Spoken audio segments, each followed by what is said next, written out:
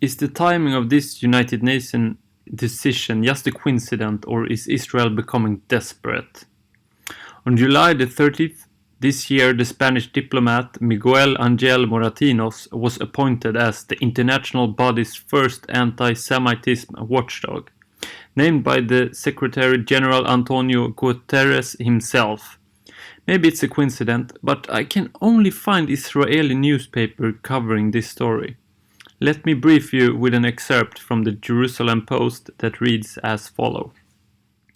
Moratinos, appointed by UN Secretary General Antonio Guterres, will now be tasked with enhancing a system-wide response to combat global anti-Semitism within an international body that has long been accused of anti-Israel bias.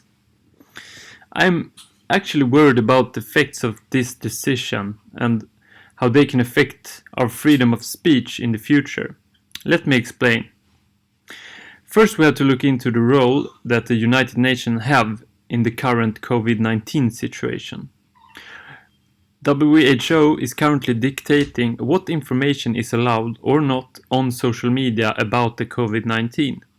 The World Health Organization is a specialized agency of the United Nations responsible for international public health.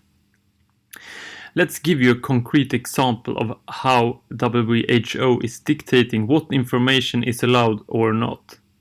Most of you have by now heard about the COVID-19 doctor and America's frontline doctors press conference that was held some days ago in Washington, D.C. The press conference went viral. Donald Trump retweeted it, and it had over 14 million views and 600,000 shares on Facebook alone before big tech started to remove and block these doctors everywhere. On Facebook, Twitter, YouTube, almost everywhere. The reason for why this content was removed from all over is because it's not in line with WHO's view of how to treat COVID-19 properly. I got the video removed myself from YouTube. My video contained a short summary of the press conference. YouTube stated that the following was the reason for removing my video. YouTube does not allow content that spreads medical misinformation that contradicts the World Health Organization or local health authorities' medical information about COVID-19, including on methods to prevent, treat, or diagnose COVID-19 and means of transmission of COVID-19. I think this is a disgrace. Consider that of all the world's almost 8 billion people, a lot of them don't agree with Western medicine. And this is a clear statement from the leading social media companies, the big tech, that they are just allowing WHO's small view of medicine, and content containing anything else will be removed. Let's look at this short clip from CNN covering the situation. I think it's very telling for how the press conference was covered in US news media. The President of the United States is promoting disproven and potentially harmful medical treatments for COVID-19. And I know, look, it's not new, but in recent days, there's been talk among some of the president's supporters that he was now finally getting it, encouraging mask wearing. But of course, once again, he is being incredibly, dangerously irresponsible. He takes no responsibility for it and clearly doesn't care if it harms anyone. And like a snake oil salesman, he's still promoting disproven medical treatments. It is unconscionable. The most recent study published last week in the New England Journal of Medicine, which is a very, very reputable medical journal, was done on 504 patients across 55 hospitals in Brazil and showed no benefit, and also revealed heart rhythm complications, which can be deadly. Other studies agree, and the FDA has revoked its emergency use authorization for hydroxychloroquine. The FDA has done that. President Trump's FDA. And chloroquine for the treatment of COVID-19. Yeah, I don't know what you think, but kind of one-sided in my opinion. WHO tweeted this to try to give their point of view. I will put a link in the description to where this tweet leads. And yeah, in my opinion, it's just a summary of gibberish. I will also put a link to the study that Anderson Cooper and CNN refers to. Some interesting curiosa is in April this year, Donald Trump decided to hold back USA's funding to WHO because of their actions regarding COVID-19. Needs to be investigated further.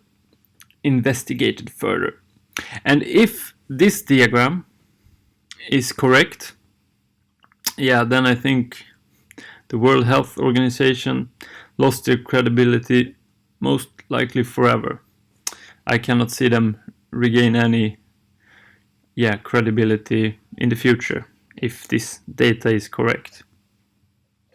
Okay, now let's get back to how all of this COVID-19 circus is making me worried about the United Nations decision about a new focused war against anti-Semitism.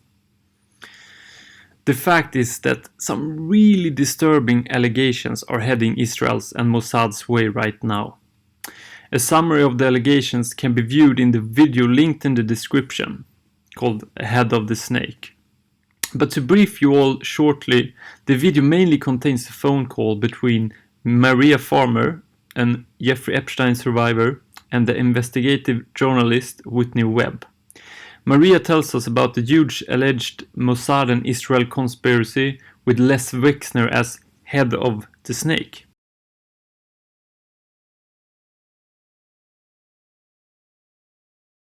When I called the FBI, I'm going to tell you what I told them. I said, I know this is strange, but I said, I have a report to make on someone that I've been working for that recently kidnapped me. And they said, who are you talking about? And I said, okay, well, his name is Jeffrey Epstein. And I said, and her name is Ghislaine Maxwell. And I said, but here's what's important. It also involves the Clinton family. It involves Bill Clinton for sure. It involves Donald Trump. And I said, but the most important one, and I said that he's the head of the snake, is Les Wexner. Maria Farmer is telling us about Les Wexner, Jeffrey Epstein, and Ghislaine Maxwell, and their alleged connections to Israeli intelligence service Mossad, and how they've been luring American politicians and other influential people from all over into raping and assaulting underage girls, while Maxwell and Epstein been videotaping everything. The videotapes has allegedly been used by Israeli government for blackmailing purposes. In addition to Maria Farmer's testimony, we also get to hear Stephen Jude Hoffenberg, former chief executive officer and president of Towers Financial Corporation, testifying that he himself have heard Epstein confess to him about being a Mossad spy. I can help you understand the timeline and who participated with Jeffrey Epstein and how he became a spy and what he did when he became a spy. I can help you in all those areas because I was there. You were there? Did he tell you? Did he tell you I'm a spy? Did he go and say I'm working for the Israelis? Yes. He told me that he was a spy. He was fully aware that I was asked to join to be a spy and that I rejected the request.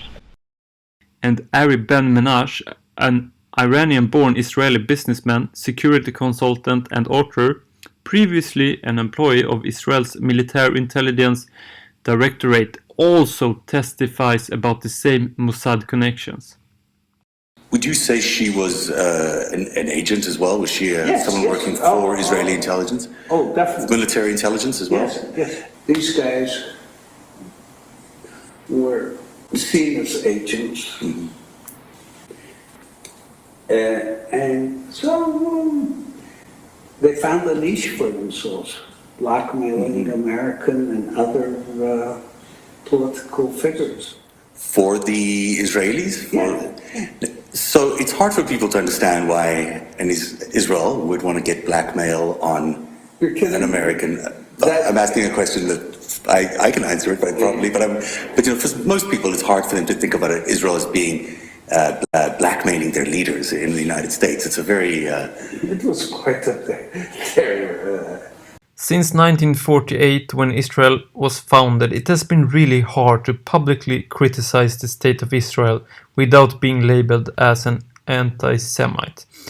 I mean, you can be trying to criticize Zionism or Mossad or whatever, and you will be labeled right-wing or anti-Semite.